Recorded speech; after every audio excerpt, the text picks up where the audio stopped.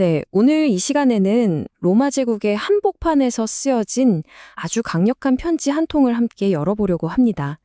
박해받던 신앙을 지키기 위한 열정적인 외침이었죠. 바로 순교자 유스티누스의 제2호교론입니다. 여러분, 한번 생각해 보세요.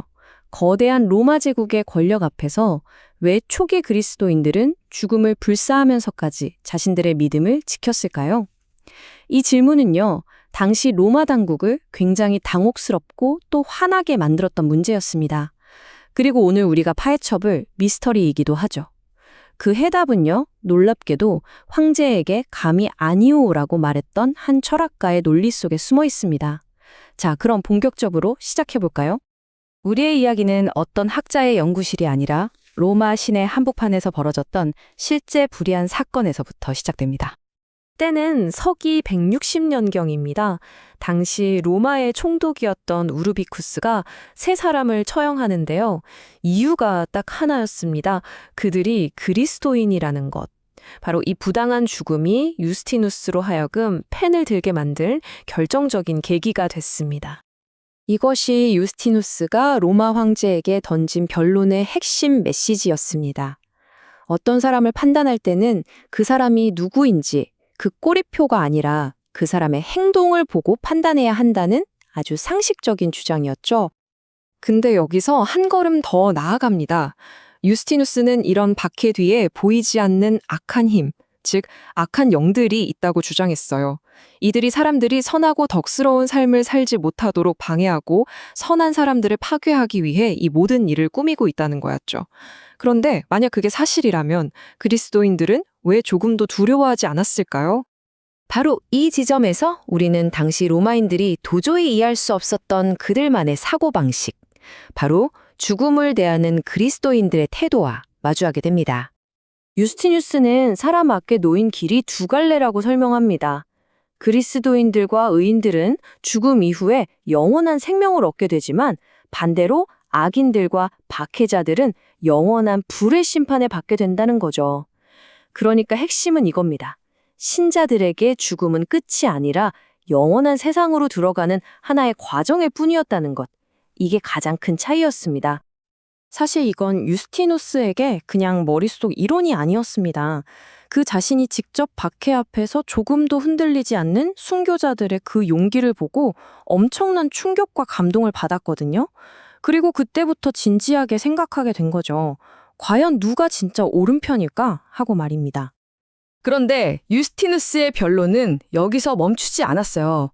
단순히 우리를 용서해달라가 아니라 그리스도교야말로 최고의 철학이다라는 아주 대담한 지적인 주장을 펼치기 시작합니다. 당시 똑똑한 로마인들 눈에는 그리스도교가 그냥 이상한 미신처럼 보였을 겁니다. 그래서 유스티누스는 그들이 알아들을 수 있는 언어, 즉 철학의 언어로 이야기할 필요가 있었던 거죠. 그래서 그가 꺼내든 핵심 개념이 바로 로고스입니다. 원래 그리스 철학에서 로고스는 우주 만물을 지배하는 보편적인 이성이나 원리를 뜻했거든요. 유스티누스는 바로 이 로고스가 신적인 말씀이고 모든 것을 창조한 근원이라고 설명한 겁니다. 한마디로 철학자들이 그토록 찾아 헤맸던 진리의 실체가 바로 여기 있다고 선언한 거죠.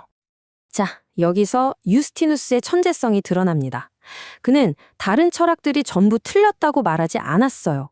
오히려 그 철학들 안에도 로고스의 씨앗이 있어서 진리의 일부를 희미하게나마 엿볼 수 있었다고 인정해 줍니다.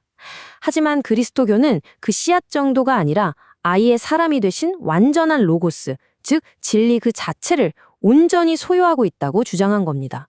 이 차이가 엄청나죠? 이 조금은 추상적인 개념을 확실하게 이해하기 위해서 유스티누스가 사용한 비유를 한번 살펴볼게요. 아주 간단하면서도 강력한 비유입니다. 다른 철학들이 발견한 진리는 어두운 방 안에서 창문 틈새로 겨우 스며드는 한 줄기 빛과 같다고 볼 수 있습니다. 물론 진짜 빛이긴 하지만 완전하지도 않고 직접적이지도 않죠. 반면에 그리스도교가 말하는 진리는 뭐냐? 그건 어두운 방에서 나와서 빛의 근원인 태양, 즉 로고스 그 자체를 온몸으로 마주하는 것과 같다고 주장했습니다. 부분과 전체의 차이인 거죠. 그리스도교가 모든 철학의 완성이라는 이 대담한 주장은요, 실로 엄청난 파급력을 가졌습니다. 초기 신자들이 왜 그렇게 흔들림 없이 헌신적이었는지를 설명해 주거든요.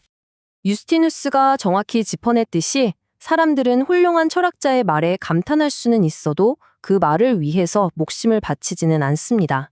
하지만 그리스도인들의 확신은 달랐죠. 그들은 완전하고 생명을 주는 진리 그 자체를 만났다는 믿음에서 나온 것이었습니다. 그러니까 우리가 여기서 꼭 기억해야 할 점은 유스티누스의 호교론이 단순히 살려달라라는 탄원서가 아니었다는 겁니다. 이건 그리스도교라는 신앙을 로마의 지성세계 한복판에 당당히 세운 정교한 논증이었어요. 그리고 박해받던 작은 종교가 세계적인 신앙으로 뻗어나가는데 결정적인 역할을 했죠. 결국 2000년 전 유스티누스의 이 오래된 변론은 오늘을 사는 우리에게도 여전히 유효한 질문을 던집니다. 당신이 진리라고 믿는 것을 위해 당신은 어디까지 감수할 수 있습니까? 우리 각자의 신념에 대해 다시 한번 생각해보게 만드는 묵직한 질문입니다.